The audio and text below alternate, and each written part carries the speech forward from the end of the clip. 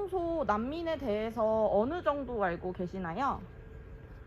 학교에서 따로 깊이 배워본 적이 없는 것 같아서 기사에서만 마주하는 그런 표면적인 정보 정도만 알고 있는 것 같아요. 예를 들어서 전쟁 같은 그런 문제들로 인해서 임시적으로 거주할 곳이 필요한 사람들이라는 정도? 그러면 혹시 난민에 대해서 평소 인식은 좀 어땠는지 궁금합니다.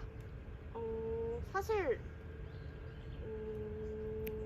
그렇게 긍정적이다라고는 말할 수 없겠지만 그래도 여성 난민이나 아동 같은 경우에는 솔직히 임시적으로 거주할 공간이 정말 필요하다고 생각하고 그리고 보호되어야 되는 약자라고 생각하기 때문에 그런 분들에 대한 난민 수용은 긍정적으로 받아들이고 있는 것 같습니다.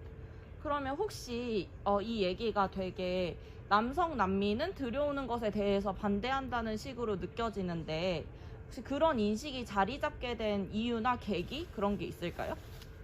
반대하는 것까지는 반대한다고 말할 수는 있을지도 모르겠지만 그렇게 생각하게 된 이유는 아까 말씀드렸다시피 기사로 난민에 대해서 많이 마주하게 되는데 남성 난민의 경우에서는 현지 여성들이나 현지 약자에게 성폭행이나 그런 범죄를 가하는 경우가 굉장히 많다고 들었어요. 그래서 그런 기사를 계속해서 마주하다 보니까 자연스레 남성 난민 같은 경우에는 우리에게 위협이 될 수도 있는 존재다라는 인식이 잡혀가지고 그렇게 생각하게 된 것 같습니다. 그럼 제가 질문이 또 하나 궁금한 게 생겼는데 혹시 남성 난민 중에서도 가족과 함께 온, 그러니까 가장의 자리에 있는 난민이 있을 텐데 그럼 그런 난민 같은 경우에는 수용하는 것에 대해서 어떻게 생각하시는지. 제가 사실 그 사람에 대해서 왈가왈부할 수는 없겠지만 긍정적이냐 부정적이냐라고 받아들이게 된다면 저는 그래도 제 입장에서는 아내나 아이들 같은 입장에서는 아빠가 떨어지는 게 많이 힘들고 고될 것이기 때문에 안 그래도 힘든 상황 속에서 아빠와 떨어지게 된다면 굉장히 슬플 것 같아서 저는 가장으로서의 역할을 할 수 있다면 받아들이는 것도 좋다고 생각합니다. 감사합니다. 그리고 그 난민 남성 같은 경우에 사실 그렇게 극단적인 사례들이 최근 그 제주 예멘 사태 이후로 많이 기사화되기는 했는데 그게 어떻게 보면 되게 극단적인 사례 몇 가지를 연결시켰다고 볼 수 있는 거잖아요. 네. 그래서 혹시 그 점에 대해서 이게 극단적인 사례 몇 개라는 점을 고려해 보았을 때 그래도 약간 어느 정도의 위험성이 있으니까 포용을 하지 않는 것이 맞다고 생각하시는지 궁금합니다.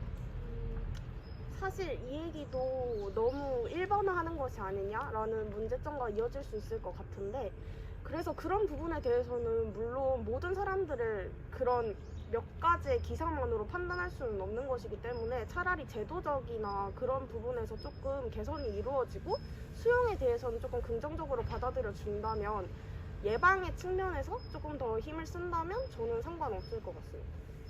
그러면 그 사람을 수용하기 위해서 난민 절차를 밟을 때 그 절차를 조금 더 강화한다던가 하는 식으로 한다면 괜찮을 것 같다는 말씀이신가요? 네, 그런 부분에서도 개선이 이루어졌으면 좋겠고 그리고 난민이 발생시키는 범죄에 대한 부분에서도 조금 제도적으로 좀 처벌을 더 강화하거나 하는 모습을 보여야 많은 그런 부정적인 인식이 사라질 수 있을 것이라고 생각합니다.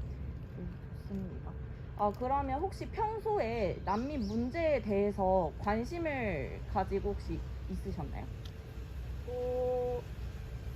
사실은 난민이라는 문제가 그렇게 저에게는 가까이 다가오지 않은 것 같아서 가끔씩 그냥 기사에 뜰 때 그 약간 이슈화가 됐을 때만 조금 확 찾아보는 느낌이고 평소에는 그렇게 일상적으로 찾아보지는 않는 것 같아요. 그러면 혹시 일상적으로 찾아보지 않게 된 가장 큰 원인은 뭔가 나와 가까이 있는 문제가 아니다라는 점 때문이라고 생각해도 될까요? 그런 것 같아요. 그리고 제가 난민이 될 거라는 생각을 안 하니까 그 사람들의 입장에서 더 생각을 못 하고 있는 것 같아서 더 깊게 찾아보지 않은 것 같기도 합니다. 그런데 사실 요즘에 그 러시아 우크라이나 사태만 보더라도 그렇죠. 뭔가 어떻게 보면 난민이 되지 않을 것이라고 생각했던 국가에서도 난민이 발생하고 그쵸. 또 환경적인 문제가 생기면서도 뭐 난민이 발생하고 점점 난민이 발생하는 이유가 다양해지면서 어느덧 우리나라에서도 어떻게 보면 난민이 발생할 수 있는 가능성이 있다고 저는 당연하죠. 생각을 하는데 그러면 그런 점에 대해서 혹시 그 사람들에게 난민 문제에 대해서 이렇게 우리가 어떻게 해서 좀 더 포용적으로 해야 되고 약간 이런 난민 문제에 대해서 알리는 그러한 방법이 있다면 혹시 어떤 게 있으면 좋을지? 왜냐면 사실 인터뷰이분 말고도 다른 분들이 인터뷰했을 때 그분들은 사실상 뭔가 긍정적인 입장을 취하고 있었는데 그분들도 인터뷰인님과 마찬가지로 뭔가 특별한 제스처를 하지는 않았다고 해서 혹시 그거에 대해서 이렇게 하면 좀 더 찾아보고 관심이 늘어나지 않을까 하는 게 있을까요? 일단은 확실히 국민들의 입장에서도 충분히 난민들을 위해서 의견을 낼 수 있고 그리고 그 사람들 위해서 뭔가 자원봉사도 할 수 있고 이런 부분에 대해서 조금 더 많이 홍보를 해준다면 사람들도 우리가 난민과 굉장히 가까이 있는 난민이라는 문제가 굉장히 가까이 있는 것이구나 라는 걸 좀 깨달을 것이고 그렇다면 좀 사람들이 더 많이 난민에 대해서 더 알아보고 난민을 위한 제도적인 부분에서도 좀 더 의견을 더 많이 낼 수 있을 거라고 생각해요. 그래서 일단은 난민이라는 문제가 우리에게 굉장히 가까이 있다는 거를 조금 홍보해줬으면 좋겠고 그리고 각자의 역할에서 어떤 해결책을 취할 수 있는지 등의 것들을 좀 잘 알려준다면 좋을 것 같습니다. 그리고 대학생의 입장에서는 일단은 인식 개선이라는 거를 가장 먼저 해서 그 인식 개선이 된 거를 바탕으로 사람들에게 좀 더 많은 영향력을 펼친다면 좋을 것 같습니다. 네, 감사합니다. 그러면 저희가 이제 최근 6월 달에 난민 영화제가 개최가 되거든요. 그래서 그때 함께 상영될 국제